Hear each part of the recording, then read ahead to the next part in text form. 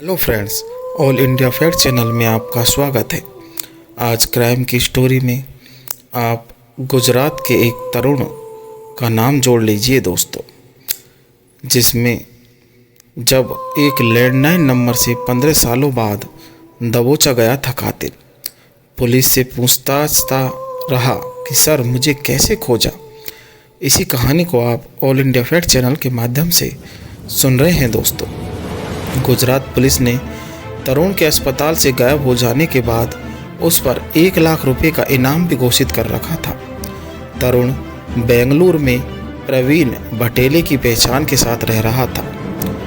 आज कहानी आप अहमदाबाद के चर्चित सजनी हत्याकांड की है, जिसमें पुलिस ने 15 साल बाद एक लैंडलाइन नंबर के जरिए कातिल को दबोचकर बेनकाब कर दिया था। सजनी का कातिल कोई और नहीं बल्कि उसी का पति तरुण जिनराज था। साल 2003 में तरुण ने वैलेंटाइन डे के दिन पत्नी सजनी को मौत के घाट उतार दिया था, क्योंकि वह अपनी शादी से खुश नहीं था और अपनी गर्लफ्रेंड से शादी करना चाहता था। केरल का रहने वाला तरुण अहमदाबाद में पीटी टीचर था। दिसंबर 2002 में उसकी शादी मूल रूप से केरल की ही रहने वाली सजनी से हुई थी। साल 2003 में वैलेंटाइन डे के दिन अहमदाबाद के बोपल इलाके में एक कत्ल हुआ। घर की तीसरी मंजिल पर एक महिला की लाश थी और शख्स बगल में बैठकर रो रहा था। ये शख्स तरुण था। सूचना मिलते ही पुलिस पहुंची और पति तरुण से सजनी के मर्डर के बारे में पूछताछ की। इस केस में कुछ अब पता नहीं चला और फिर सदमे का बहाना बनाकर तरुण ने खुद को अस्पताल में भर्ती करवा दिया। पुलिस के पास सबूत नहीं थे कि वह उसे यानी तरुण को गिरफ्तार कर सके। इसी बीच 16 फरवरी को तरुण अस्पताल से गायब हो गया। पुलिस ने सभी जगह व अन्य राज्यों में भी छानबीन की पर कुछ नहीं पता चला। 3 साल बीतने के बाद पुलिस ने तरुण की तलाश बंद कर दी थी, लेकिन सजनी मर्डर केस बंद नहीं किया था। सजनी के परिवार केस के सिलसिले में तत्कालीन सीएम नरेंद्र मोदी से मिले तो साल 2006 में सीएम दफ्तर से पुलिस विभाग को जांच हेतु संदेश भेजा गया। फिर तरुण पर 1 लाख रुपए का इनाम भी घोषित कर दिया गया। इसी क्रम में पुलिस तरुण की प्रेमिका से भी मिली, जिसने बताया कि 16 फरवरी को तरुण ने फ़ोन कर शादी के लिए कहा था, लेकिन मैंने एक कातिल से शादी करने से मना कर दिया था। कई साल बीतने के बाद सन 2016 में पुलिस को तरुण की प्रेमिका से पता चला कि तरुण जैसा शख्स उसके दोस्त को दिल्ली के एक मॉल में दिखा था। इसी दौरान पुलिस ने फिर से उसके करीबियों के कॉल डिटेल निकाले तो पता चला कि तरुण की मां को बेंगलुरु के कॉल सेंटर के लैंडलाइन से फ़ोन आया था। जब इस नंबर की जानकारी निकाली गई तो पता चला कि यह फ़ोन किसी प्रवीण भटेल द्वारा किया गया था दोस्तों। पुलिस को संदेशा बढ़ा तो उसने प्रवीण भटेला के बारे में जानकारी जुटाई। जांच के दौरान क्राइम ब्रांच को पता चला कि प्रवीण भटेले कोई और नहीं बल्कि वह तरुण ही था। चौंकाने वाली बात थी कि तरुण ने बेंगलुरु में दूसरी शादी भी कर ली थी और उसके 2 बच्चे भी थे। तरुण ने जिस टीम प्रवीण भटेल की पहचान चुराई थी वह तरुण का ही पुराना दोस्त था। इसी सारी जानकारी के बाद तरुण को गिरफ्तार कर लिया गया दोस्तों। यह कहानी आप ऑल इंडिया फैक्ट चैनल के माध्यम से देख रहे हैं दोस्तों। अगर पसंद आ रही हो तो जल्दी से लाइक और शेयर का बटन दबाएं, जिससे कि नोटिफिकेशन आपको प्राप्त हो सके दोस्तों। आगे इसमें सुर्खियों के बारे में बात की जाए तो सजनी नायर हत्याकांड के आरोपी जिनराज की नई धमकी आई है दोस्तों। अहमदाबाद पुलिस क्राइम ब्रांच ने कहा कि फिर भाग जाऊंगा। 2 बार पहले पुलिस को चकमा दे चुका है तरुण जिनराज।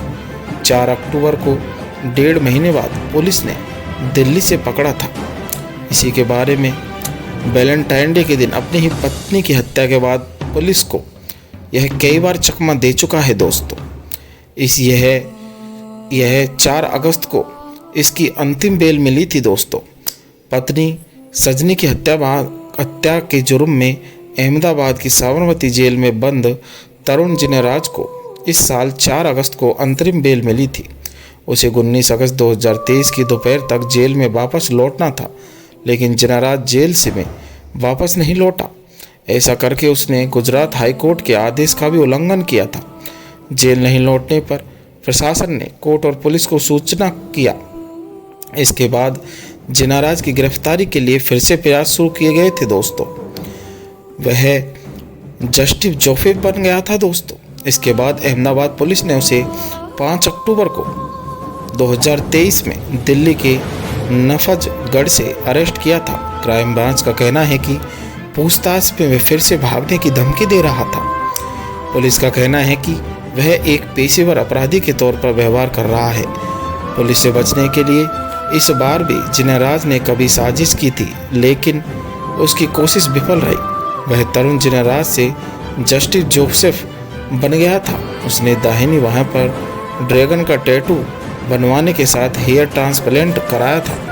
पुलिस का दावा है कि नफजगढ़ में जिनाराज 2 महिलाओं के संपर्क में था। वह एक बास्केटबॉल का कोच बना था। अहमदाबाद के भोपाल में रहने वाला तरुण जिनाराज, जिसकी 47 उम्र बताई जा रही है, वह पेशे से बास्केटबॉल का कोच था। वह बाद में एक टेक कंपनी में रिकवरी मैनेजर बन गया। जिनाराज ने अहमदाबाद की एक बैंक में काम करने वाली सजनी नायर से नवंबर 2002 में शादी की थी, लेकिन शादी के बाद भी वह एक अन्य लड़की के साथ रिलेशनशिप में था। वैलेंटाइन डे के मौके पर पत्नी की हत्या करने से पहले उसने सजनी से संबंध बनाए थे, फिर उसकी हत्या कर दी थी। ऐसा उसने इसलिए किया था ताकि किसी को दसे संबंध को लेकर कोई शक न हो।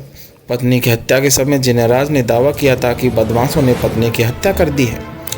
उस वक्त पुलिस को शक हुआ कि सजनी की हत्या में किसी भीतर के व्यक्ति का हाथ है। पत्नी की हत्या के बाद जिनाराज गायब हो गया। इसके बाद वह हत्या के लिए सबसे बड़ा संदिग्ध बन गया था। फरार होने के बाद उसने अपनी पहचान बदल ली थी। 15 सालों तक पुलिस को चकमा देने वाला जिनाराज अपनी मां को फ़ोन करने के बाद ट्रैक हुआ। इसके बाद पुलिस ने उसे बेंगलुरु से 2018 में अरेस्ट किया था दोस्तों। यह कहानी आप ऑल इंडिया फैक्ट चैनल के माध्यम से सुन रहे हैं। अगर हमारी कहानी पसंद आ रही हो तो लाइक करें, शेयर करें, सब्सक्राइब करें तथा बेल आइकन दबाना ना भूलें। आज के लिए इसमें इतना ही। धन्यवाद दोस्तों।